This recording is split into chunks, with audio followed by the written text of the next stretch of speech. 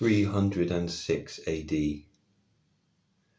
Constantine, realizing he cannot suppress Christianity, adopts it.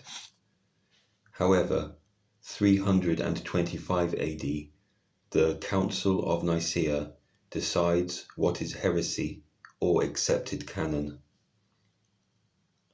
Of the latter, Gnosticism of the first 2 centuries features highly, probably partly for talking science, ancient history and cosmology. It is uncertain whether these sects even classified themselves with the early Orthodox Church, dwelling as they do in the hinterland between religion and Greco-Egyptian philosophy. But a good way of shutting down all difference in thought concerning theology to the consensus reached by 200 bishops, show it as a threat and make a public spectacle of denouncing. The Nicene Creed is still repeated at every Catholic Mass, affirmation by repetition. Left, an icon painting showing the first ecumenical council conclaved around the defeated figure of Arius of Alexandria, whom disagreed with Trinitarianism, the concept called homoousis, translated as of one substance being with the Father. The notion of Jesus as partly divine, begotten so not eternal like him, could not be tolerated if the crucifixion is to be defined as a blood sacrifice for the forgiveness of sins, dependent in turn on a priest to lay his hands over the wine and wafers. The Ethiopian Orthodox Tewahedo Church dates back to 330 AD.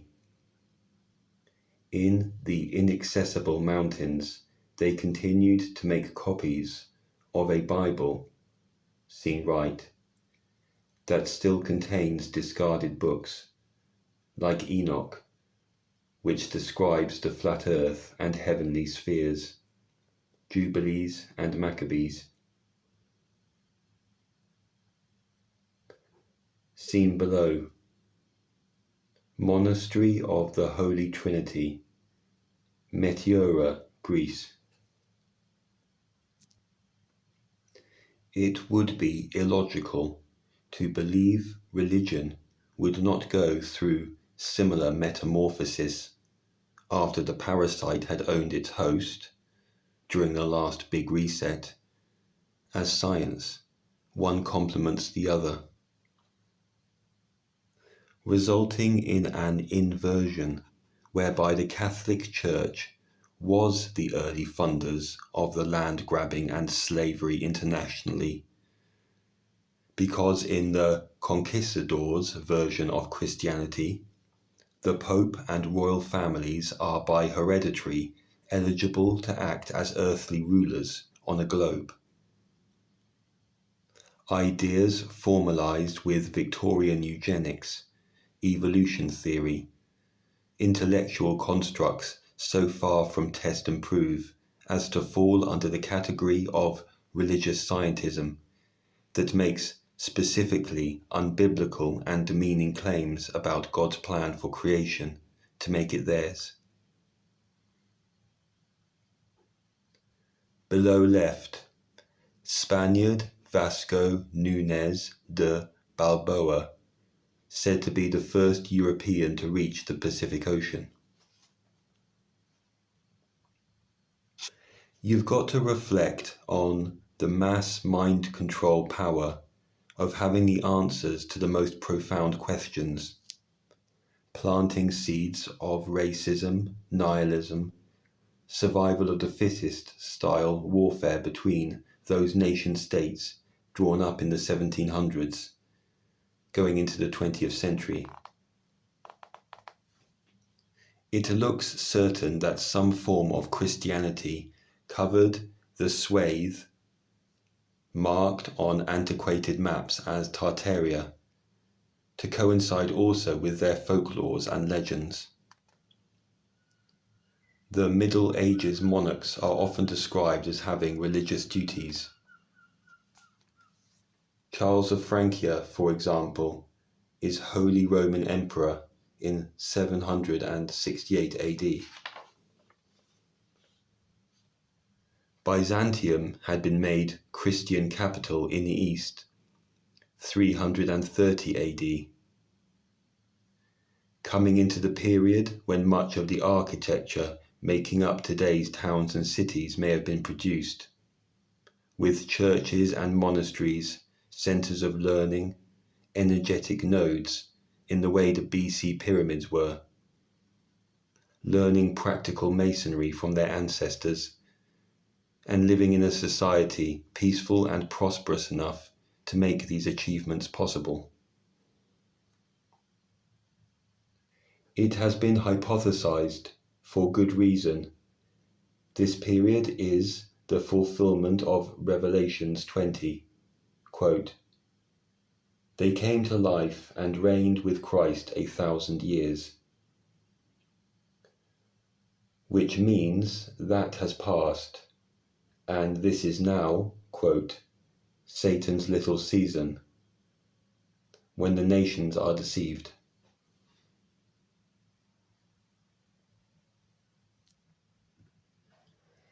Eighteenth-century English novelist Anne Bronte delves into different approaches towards what's involved in being a practicing Christian through two clergymen of a parish, the rector, Mr. Hatfield, and curate, a lesser title, Mr. Weston, in Agnes Grey, Chapter 10, The Church.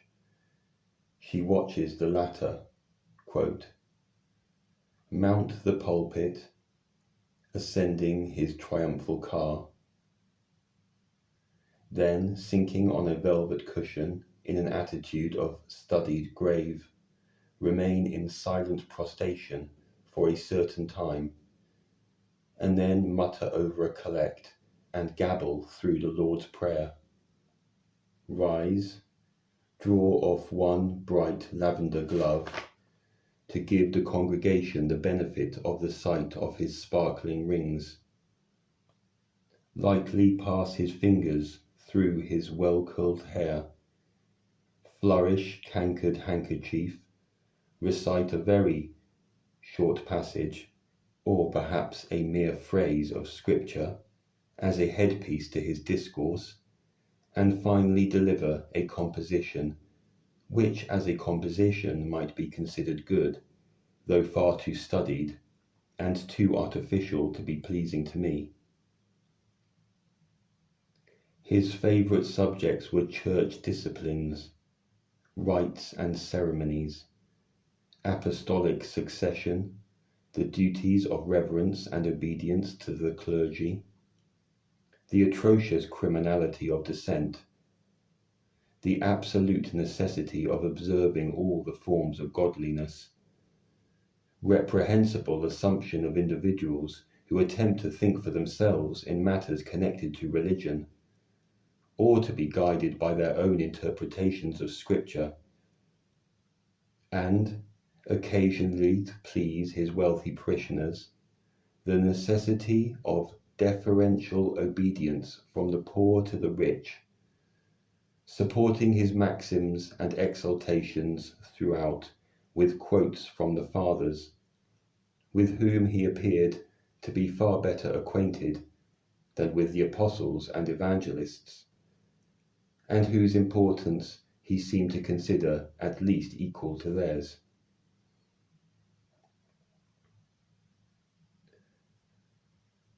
Top right. Bishops at the coronation of Charles XIV of Sweden by Per Kraft the Younger, 1818.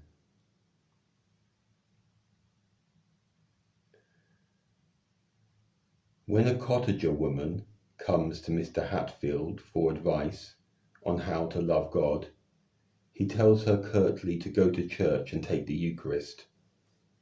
Leaving her dissatisfied, she then turns to Mr. Weston. While he listens, steady and patient as may be, and near a bit of scorn about him. He then explains what he deems important. Quote, "The first and greatest commandment, and the second that is like unto it, on which two commandments hang all the law and the prophets." He goes on, "The more happiness we bestow, the more we will receive, even here, and the greater will be our reward in heaven." Top left, portraiture engraving of Anne Bronte, who died aged 29, 1949, made by her sister Charlotte from a drawing owned by a Reverend A.B. Nichols. Below, church interior, Flemish school.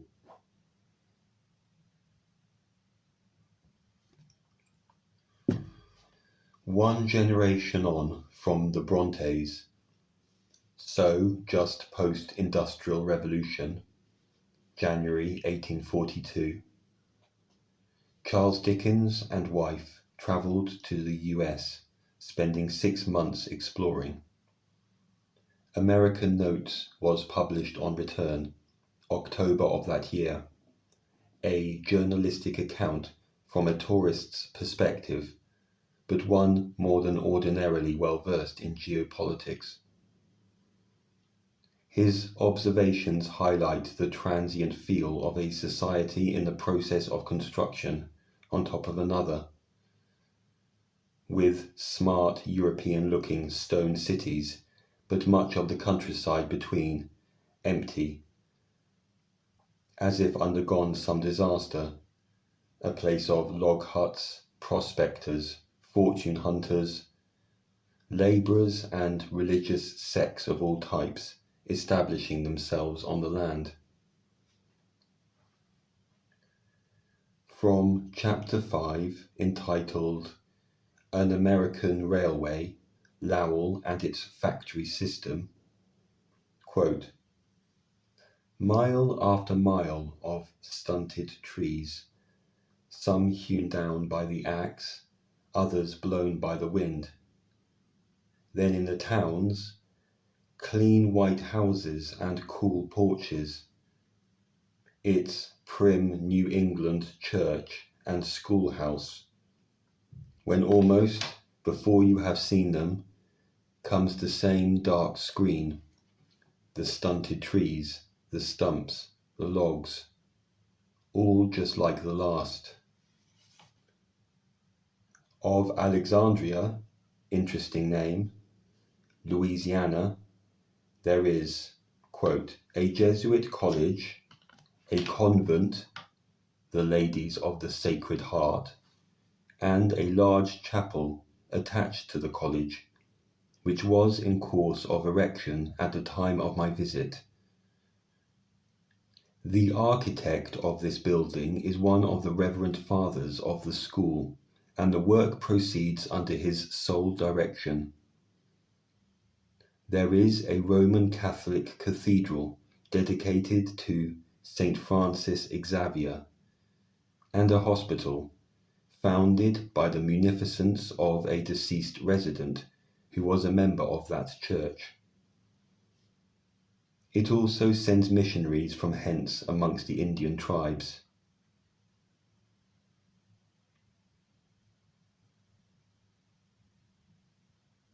The Church of St. Francis Xavier, top right.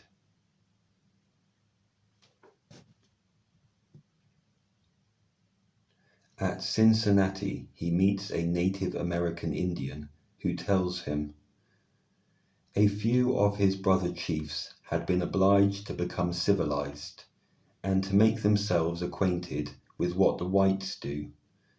It is their only chance of existence. but they were not many, and the rest are as they always have been. Moreover, unless they try to assimilate themselves to their conquerors, they must be swept away before the tides of civilized society.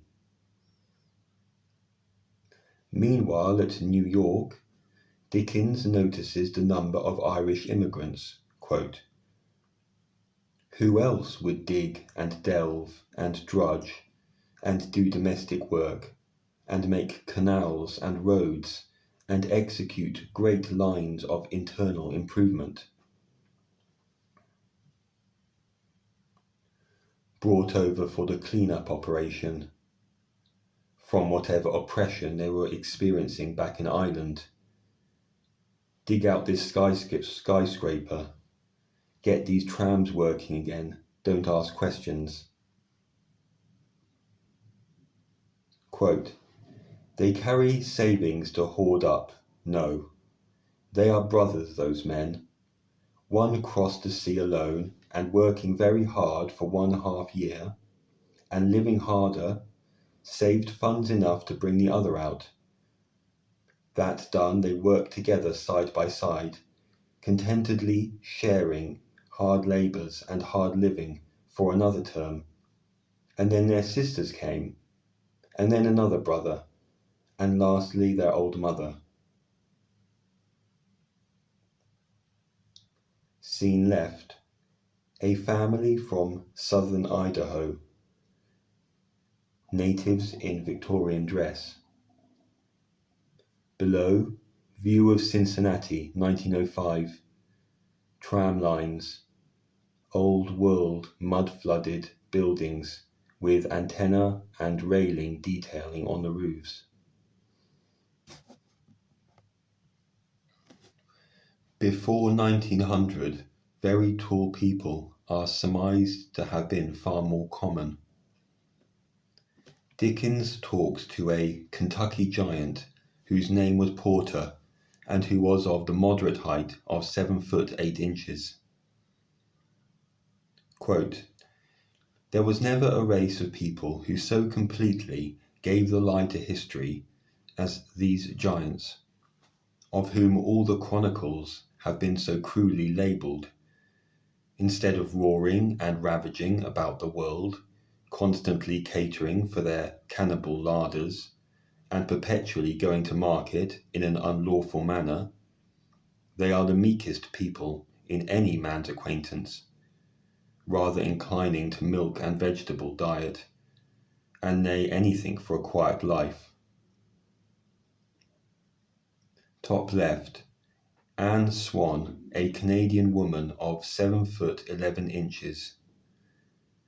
She worked for P.T. Barnum, politician, entrepreneur, hoaxer, as an attraction at his grand scientific and musical theatre.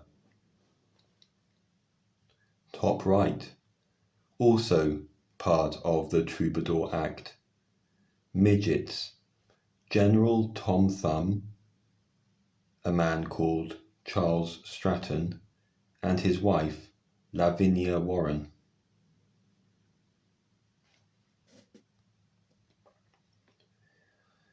Dickens suggests it is trustingness that participated towards the dissipation of the giants, and doubtless others who get tricked, quote, by those who pretended to philanthropic motives, were secretly influenced by the wealth stored up in their castles and the hope of plunder, and I lean the more to this opinion, for finding that even the historian of these exploits, with all his partiality for his hero, is fain to admit that the slaughtered monster in question was of a very innocent and simple turn, extremely guileless and ready of belief, lending a credulous ear to the most improbable tales, suffering themselves to be easily entrapped into pits. Chapter 16, his last foray, up north now, near the Canadian border, is to see a Shaker village at West Point, Lebanon. It is a good example of an entire farming community based on one of the many splinter churches that pass for Christianity, though the disparaging way Dickens describes it here, it is presented as more of a type of cultish Mormonism. These people are called Shakers due to their peculiar form of adoration, which consists of a dance performed by the men and women of all ages, who arrange themselves for that purpose in opposite parties, but first divesting themselves of their hats and coats, which they gravely hang upon the wall before it begins, and, tying a ribbon around their shirt sleeves as if they were going to be bled, they accompany themselves with a groaning, humming voice and dance until they are quite exhausted, alternately advancing and retiring in a preposterous sort of trot. We then learn they are governed by a woman, and her rule is understood to be absolute, though she has the assistance of a council of elders. She lives, it is said, in strict seclusion in certain rooms above the chapel, and is never shown to profane eyes. Rather like Catholicism, a secretive high council with mysterious authority control the theological narrative, but also in this case wealth. Quote, all the possessions and revenues of the settlement are thrown into common stock, which is managed by the elders. They are prosperous due to being skilled agriculturalists and breeders of cattle. He states that apparently every male and female Shaker is devoted to a life of celibacy, however, also noticing how young many of them are. Could this be due to children arriving off the orphan trains from the cities to such isolated communities? A new generation with no roots. As Dickens puts it, they take as proselytes persons so young that they cannot know their own minds, and cannot possess much strength of resolution in this or any other respect.